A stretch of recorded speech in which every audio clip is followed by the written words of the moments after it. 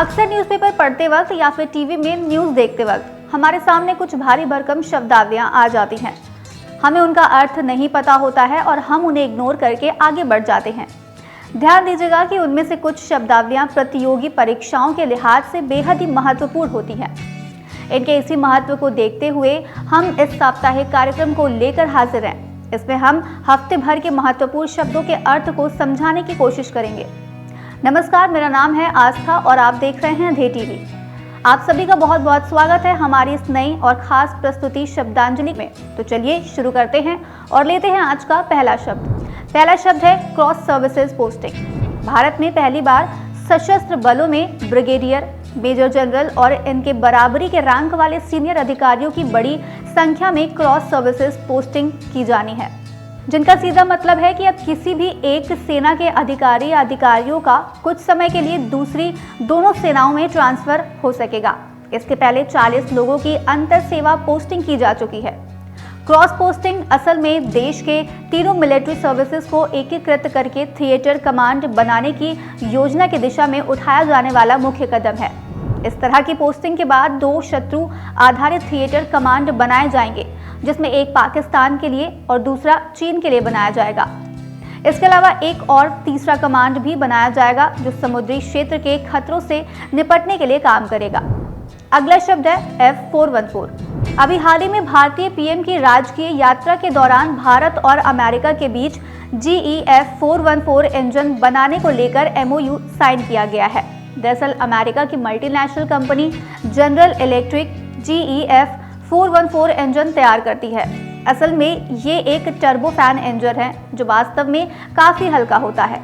अमेरिकी नेवी अभी इसी इंजन का इस्तेमाल कर रही है। अब इस इंजन को भारत अपने हल्के लड़ाकू विमान तेजस में इस्तेमाल करेगा। इसकी खासियतों की बात करें तो इसकी परफॉर्मेंस को डिजिटल तरीके से कंट्रोल किया जा सकता है। यही नहीं, इस इंजन का परफॉर्मेंस टाइम यानी लाइफ टाइम बढ़ाने के लिए उच्च दर्जे का कूलिंग सिस्टम भी लगाया गया है।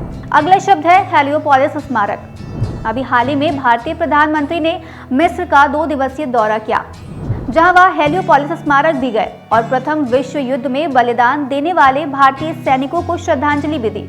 ये स्मारक करीब उन 3727 भारतीय सैनिकों की याद में बनाया गया है जो प्रथम विश्व युद्ध में मिस्र और फिलिस्तीन के अलग अलग अभियानों के दौरान लड़ते हुए मारे गए थे। दरअसल हेलियोपोलिस स्मारक Heliopolis Commonwealth war grave cemetery का एक पार्ट है। सबसे पहले साल 1926 में पोर्ट टेवफिक के नाम से इस स्मारक का अनावरण किया गया था, जिसे अब स्वेज पोर्ट के नाम से जाना जाता है। साल 1967 के इजरायली मिस्र युद्ध में मिस्र के सैनिकों के पीछे हटने के कारण इस स्मारक को नष्ट कर दिया गया था। हालांकि इस स्मारक में भारतीय सैनिकों का नाम शामिल नहीं किया गया था। इसके बाद 1980 में हेलियोपोलिस कॉमनवेल्थ वॉर ग्रेव कब्रिस्तान में मिस्र और फिलिस्तीन में प्रथम विश्व युद्ध अभियान में मारे गए भारतीय सैनिकों के नाम वाला एक नया स्मारक बनाया गया था। अगला शब्द है ग्रीष्म संक्रांति। असल में यह वह समय होता है जब आसमान में सूरज सबसे ज्यादा चमकीला होता है और सबसे लंबे समय तक चमकता है। ग्रीष्म संक्रांति के दौरान उत्तरी गोलार्ध सूर्य की ओर झुका हुआ होता है, जिससे सूर्य की किरणें दक्षिणी गोलार्ध की तुलना में उत्तरी गोलार्ध में अधिक सीधे कोण पर पृथ्वी की सतह पर पड़ती हैं। असल में ग्रीष्म संक्रांति एक खगोलीय घटना है। ग्रीष्म संक्रांति तब होती है जब सूर्य आकाश में अपने उच्चतम स्थान पर होता है।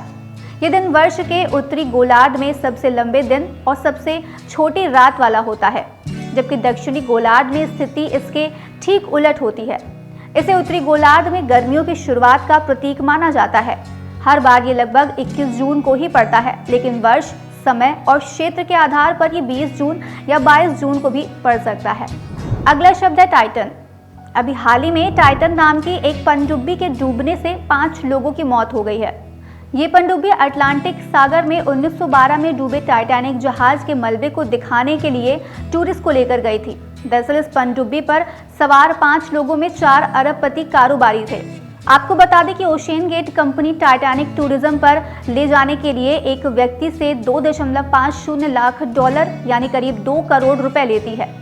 असल में साल 1912 को उत्तरी अटलांटिक महासागर में टाइटैनिक नाम का एक ऐसा जहाज डूब गया था जिसको कभी ना डूबने वाला बताया गया था। इसमें करीब 1500 लोगों की मौत हो गई। इस एक्सीडेंट के 73 साल बाद यानी साल 1985 में न्यू फाउंडलैंड द्वीप के पास इस जहाज का मलबा मिला। ये मलबा समुद्र के 13,000 फीट नीचे था। इस मलबे के मिलने की जानकारी फैलते ही लोग इसे देखने के लिए उत्सुक हो गए थे। इसी के मद्देनजर साल 2021 में अमेरिकी कंपनी ओशियन गेट ने मलबे को दिखाने के लिए टाइटैनिक टूरिज्म की शुरुआत की थी।